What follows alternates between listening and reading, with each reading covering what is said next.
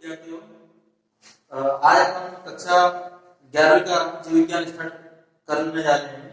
और इसमें सबसे पहले क्या है कि 10वीं में जो विज्ञान है उसमें 3 पार्ट में जो विज्ञान को बांटा था कि इसमें रसायन भी है, जीव विज्ञान भी है और भौतिक विज्ञान भी है। तो उसमें से अपना जो जीव विज्ञान वाला पार्ट है वो एक बायो सब्जेक्ट अलग होकर के यहाँ शाखा बढ़ती है 11वीं में। और सबसे पहले इसमें अध्ययन केवल जीवों का ही किया जाता है। जीव प्रक्रम में अपन 10वीं में जब तक देखा था उसमें कि जीव प्रक्रम जो होता है उसके अंतर्गत केवल जीव विज्ञान को पढ़ा जाता था। लेकिन यहाँ पर इनकी जितने भी जीव विज्ञान की और अनेक शाखाएं आगे करके उसमें पढ़ेगा। लेकिन अपन यहाँ आगे पढ़ रहे हैं जीव विज्ञान, और जीव विज्ञान में आता है इसमें पहला अपना एक इकाई है कि जीव जगत और उनमें विविधता है। क्योंकि पृथ्वी पर बहुत सारे जीव हैं और उन जीवों में अलग अलग सभी में अलग अलग विभिन्नता पाई जाती है, अलग अलग आकार पाया जाता है, अलग अलग संरचनाएं पाई जाती है। उनमें दैनिक दिनचर्या वो अलग पाई जाती है, शारीरिक क्रिया अलग पाई जाती है। ऐसे ही पृथ्वी पर 2 प्रकार के जो जीव हैं उनको सजीव और निर्जीव, 2 जीव, एक मृत शरीर भी होता है कि सजीव जो होता है वो मृत शरीर के रूप में परिवर्तित होता है और एक निर्जीव वस्तु है। तो इनमें लक्षण अलग अलग दिखाई देते हैं। अब इनकी पहचान है, पहले परिचय है कि जीव विज्ञान की एक शाखा वर्गीकी में सबको अलग अलग बांट दिया गया है। लेकिन अभी अपन पढ़ रहे हैं केवल कि जो 2 भागों में बांटा है इन वस्तुओं को, वो है सजीव और निर्जीव वस्तुएं। और इसमें अपन ने देखा है कि सजीव और निर्जीव वस्तुएं 2 अलग अलग ही होती है, इनके लक्षण भी अलग अलग होते हैं। संरचना एक समान हो सकती है लेकिन उनमें जो शारीरिक क्रिया है वो अलग अलग होगी। सजीव सूक्ष्म जीव से लेकर उच्च श्रेणी के जितने भी जीव हैं और जो निर्जीव वस्तुएं उनमें केवल संरचना, उनका संगठन एक समान हो सकता है दोनों का, लेकिन क्या होगा कि शारीरिक क्रिया उनमें नहीं होगी निर्जीवों में। तो पहले इनमें समानता देखते हैं अपन, फिर इनमें देखेंगे कि अंतर क्या होता है। ठीक है, तो सबसे पहले अपन इनमें सजीव और निर्जीव में समानता देख रहे हैं। लिखा आपके सामने है बोर्ड पर कि जो सजीव है और निर्जीव में क्या क्या समानता पाई जाती है। पहला पॉइंट है कि सभी सजीव और निर्जीव जो जीव होते हैं या जो वस्तुएं होती हैं उनमें संरचना विभिन्न तत्वों के परमाणु से बनी होती है और एक समान परमाणु से बनी हो सकती है। ठीक है, आगे है इसमें कि दोनों श्रेणी के जो पदार्थ पाए जाते हैं उनमें, तो उनका जो परमाणु संघनन होता है वो लगभग एक समान रूप का ही बना होता है। फिर इसमें तीसरा पॉइंट है कि जीवों में उपस्थित विभिन्न प्रकार के अणु ऐसे ही प्रतिक्रिया देते हैं जैसे कि निर्जीव में। सजीवों में जो अणु प्रतिक्रिया देते हैं वैसे ही अणु निर्जीव में भी प्रतिक्रिया देते हैं, ये समानता पाई जाती है। फिर इसमें क्रिया प्रतिक्रिया, जो भी सजीव में क्रिया होगी जो निर्जीव में होगी, प्रतिक्रिया जो भी होगी, चुंबकत्व गुरुत्वाकर्षण के नियम जो सजीवों पर लागू होते हैं वही नियम निर्जीवों पर लागू होते हैं, या मृत शरीर पर लागू होते हैं, या दूसरी अन्य वस्तुओं पर लागू होते हैं। जो नियम भौतिक चीजों के हैं वो सजीव, निर्जीव और मृत शरीर सभी पर लागू होते हैं। तो इसमें आगे चलकर अपन सजीव और निर्जीव में एक अंतर है, सबसे मोस्ट है आईएमपी, उसमें प्रश्न आता है अपना अगर कि इनमें अंतर क्या होता है। इसके पहले अपन देखते हैं कि इनका वर्गीकरण भी किया है वैज्ञानिकों ने, इनके लक्षणों के आधार पर, उनको संरक्षण के आधार पर, या इनके रिसर्च करने के आधार पर, या बहुत सारी विविधता पाई जाती है तो इनका पहचान करने के आधार पर वैज्ञानिक ने इसको अलग अलग भागों में बांट दिया गया है, जिसे कहते हैं अपन वर्गीकरण या टैक्सोनॉमी। ठीक है, सबसे पहले इसका उपयोग वैज्ञानिक एपीडी केंडोले, जीव विज्ञान के वैज्ञानिक थे एपीडी केंडोले, इन्होंने सबसे पहले वर्गीकरण शब्द का उपयोग किया था जिसमें जितने भी सजीव और जो निर्जीव और मृत शरीर जितने भी हैं उनको अलग अलग पहचान या उन पर रिसर्च करने के लिए अलग अलग भागों में बांटा था और इस शाखा का प्रतिपादन किया था सन 1831 में।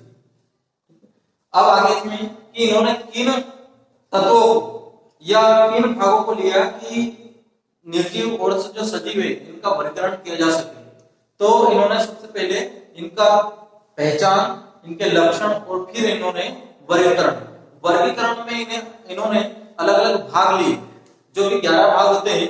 उसमें से सबसे पहले जो होता है जगत होता है कि ये कौन से जगत में रहने लगे, फिर उनका गण होगा, उनकी जाति होगी, उनका वंश होगा, और ऐसे ही वंश और जाति को 2 नाम लेकर के उन्होंने प्रत्येक जीव जितने भी इस ब्रह्मांड में उनका वैज्ञानिक नाम निर्धारित किया था। ठीक है, जैसे कि इसमें वंश में अगर मानव का वैज्ञानिक नाम अगर आता है तो होमो सेपियंस, तो होमो उसका वंश है और सेपियंस उसकी जाति, तो दोनों को ऐड करके एक वैज्ञानिक नाम का प्रतिपादन किया। ये चीज अपन इसमें आगे बढ़ेंगे। पहले अपन देख रहे हैं सजीव और निर्जीव समानता हो गई है, अब अपन देखते हैं सजीव और निर्जीव में अंतर। अभी अपन ने समानता देखी थी, ऐसे ही इन सजीव और निर्जीव में समानता के अलावा, समानता आकार की दृष्टि से हो सकता है, लेकिन इनमें जो शारीरिक क्रियाएं हैं, ये संरचना कुछ संगठित संरचना होती है शरीर की, उनमें अंतर पाया जाता है। तो देख लेते हैं इसमें सजीव और निर्जीव में अंतर क्या क्या होते हैं।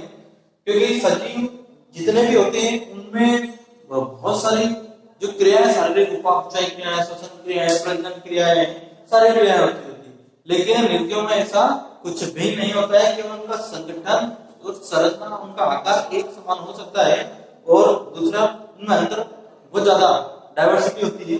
देख लेते हैं अपन सजीव और निर्जीव में अंतर। अपन देख रहे हैं कि सजीव संरचना की दृष्टि से बहुत छोटी छोटी कई सारी इकाइयों से मिलकर बना होता है।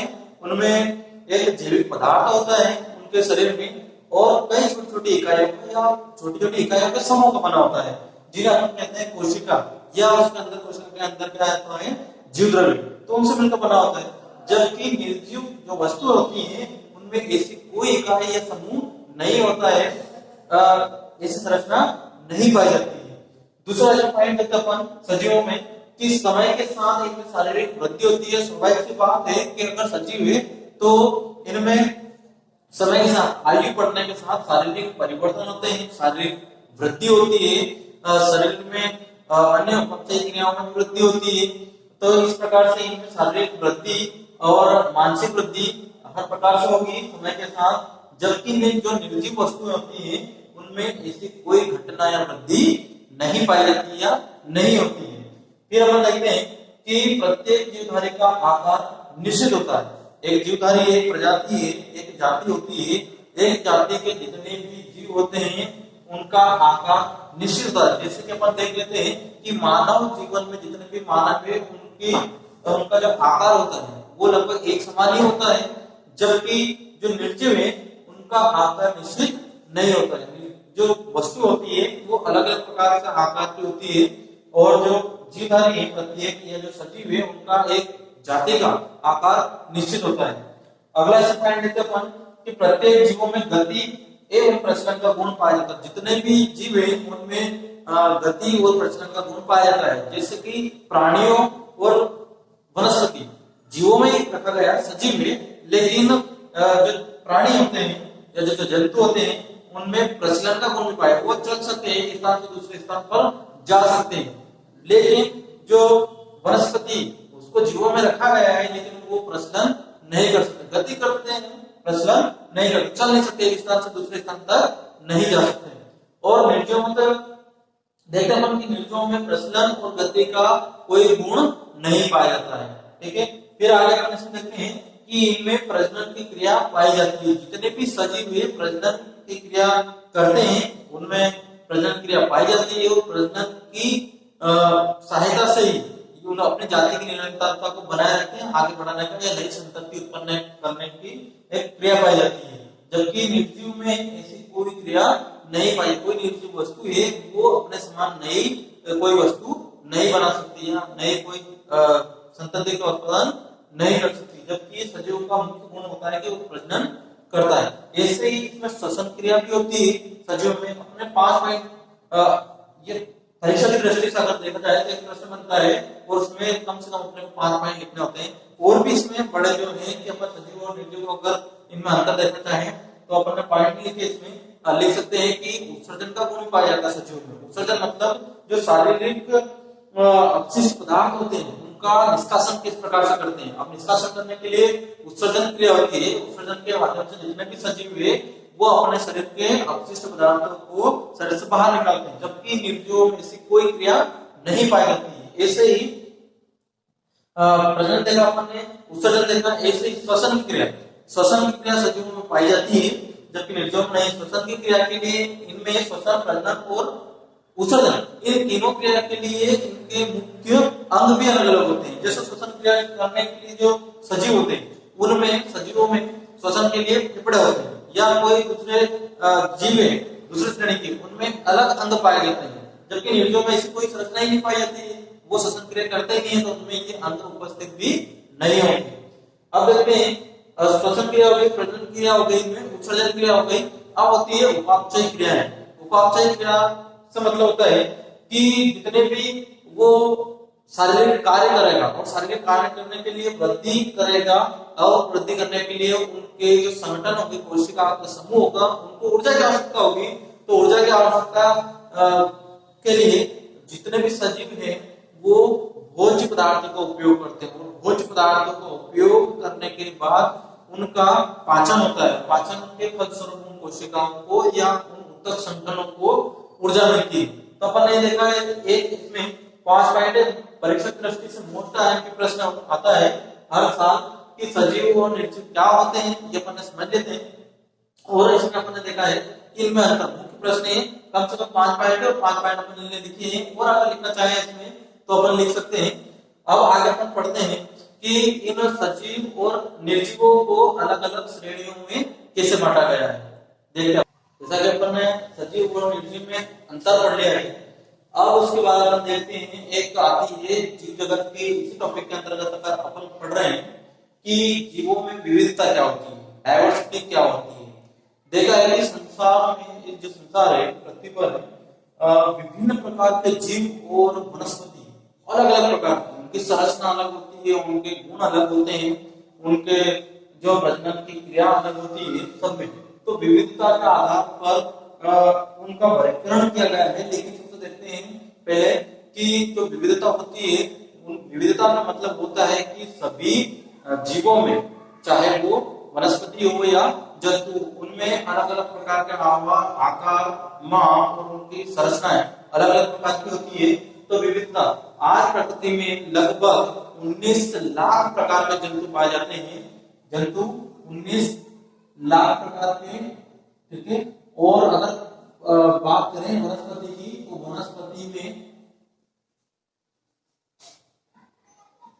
वनस्पतियों में लगभग 35 लाख प्रकार की वनस्पतियां पाई जाती हैं, ठीक है। जैव विविधता में अगर देखें तो इस संसार में, पृथ्वी पर लगभग जंतु कितने प्रकार के पाए जाते हैं, 19 लाख प्रकार की, वनस्पतियां 35 लाख प्रकार की पाई जाती है।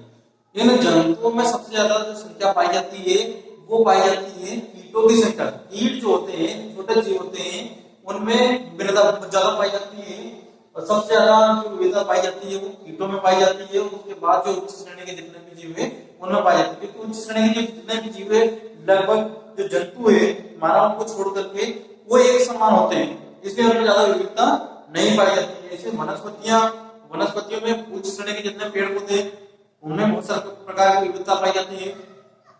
अगर जो औषधि वाले पौधे देखें तो उनमें औषधि वाले पौधे होते हैं एक समान, अगर संरचना की दृष्टि से, लेकिन गुणों की दृष्टि से उनमें भी विविधता पाई जाती है। दूसरे जो सब्जियों वाले अगर देखें अपन, या वानिकी जो प्रभाग है, तो उनमें अलग अलग प्रकार के होते हैं। अगर इन जंतुओं और वनस्पतियों को अलग अलग नहीं वर्गों में नहीं बांटते तो उनकी पहचान करना या उनके लक्षणों को पहचानना या उन पर रिसर्च करना बहुत मुश्किल होता।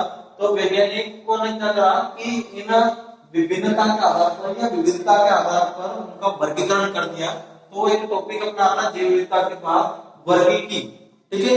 वर्गीकी एक विशिष्ट क्रम में उनके लक्षणों को पहचान करके उनका वर्गीकरण करना, उनका नामकरण करना, ये वर्गीकी। अब वर्गीकी जो शब्द है उसका उपयोग अपन पहले बताया कि सबसे पहले उपयोग किसने करा था, एपीडी कैंडोले, एक वैज्ञानिक थे, एपीडी कैंडोले, ठीक है। उन्होंने वर्गीकी शब्द का उपयोग करा था सन 1831 में, और इन्होंने बताया था कि जितने भी पृथ्वी पर जीव जंतु हैं, चाहे वनस्पति हो या जंतु हो, उनमें अगर ये क्रम अपन वर्गीकी या वर्गीकरण नहीं करेंगे तो फिर इनकी पहचान करना मुश्किल होगा। आगे अपन देखते हैं कि जो वर्गीकी है उसका विशिष्ट क्रम क्या होता है। विशिष्ट क्रम ये होता है कि वर्गीकी के प्रमुख तत्व होते हैं, आधारभूत जो प्रमुख तत्व होते हैं वो कौन कौन से होते हैं, जिनके आधार पर इस वर्गीकी का एक निश्चित क्रम बनता है, विशिष्ट क्रम बनता है। तो सबसे अपन वर्गीकी में प्रमुख अगर क्रम देखें तो पहले आता है पहचान। क्या होता है पहचान? कोई सा भी जीव हो इस पृथ्वी पर, सबसे पहले उसके लक्षण देखे जाते हैं, लक्षणों के आधार पर उसकी पहचान स्थापित की जाती है। ठीक है, अगला अपना आता है इसमें कि अगर पहचान अगर हो गई है, पहचान स्थापित कर दी है उसकी, दूसरा क्रम आता है वर्गीकी में तत्व आता है, दूसरा उसका नामकरण। लक्षण देखते हुए स्थापित कर दिए, लक्षण कैसे लक्षण है, फिर लक्षणों के आधार पर उसको विशिष्ट नामकरण किया जाता है, मतलब एक विशिष्ट उसको नाम दिया जाता है। ये जंतु होता है या वनस्पति, एक विशिष्ट नाम दिया जाता है। फिर अपन देखते हैं इसमें आगे कि जो इसका एक प्रमुख तत्व होता है वो होता है वर्गीकरण। ठीक है, पहचान हो गई, लक्षणों के आधार पर विशिष्ट नाम दिया, वो जंतु जाति का है या वनस्पति प्रजाति का। ठीक है, अब उसको देखते हैं नामकरण के बाद उसका आता है वर्गीकरण। ठीक है, जंतु प्रजाति में अगर होगा या जंतुओं के अंतर्गत अगर आएगा तो बहुत सारे जंतु अलग अलग प्रकार के, तो फिर उसका पहचान और नामकरण किया जाता है, वो आएगा वर्गीकरण के अंतर्गत। पहचान एवं नामकरण के बाद इनका वर्गीकरण विशिष्ट क्रम में किया जाता है। कौन सी जगत का है तो विशिष्ट क्रम भी लिखिए अपने पास कि पहला अपन है, सबसे पहले इसका जगत देखते हैं कौन सी जगत का है, फिर इसका संघ, इसमें संघ दिया जाता है, फिर आता है इसमें वर्ग, फिर आता है गण, फिर आता है कुल, फिर आता है वंश और फिर आती है जाति। तो एक विशिष्ट क्रम दिया जाता है वर्गीकी के अंतर्गत और उस क्रम के अंतर्गत उस जीव को रखा जाता है। पहले उसके पहचान स्थापित की जाती है, ठीक है, फिर उसका नामकरण किया जाता है, नाम दिया जाता है, फिर उसका वर्गीकरण किया जाता है और वर्गीकी का एक क्रम होता है विशिष्ट क्रम, तो जाके उसका नामकरण किया जाता है। ठीक है, सॉरी वर्गीकरण किया जाता है।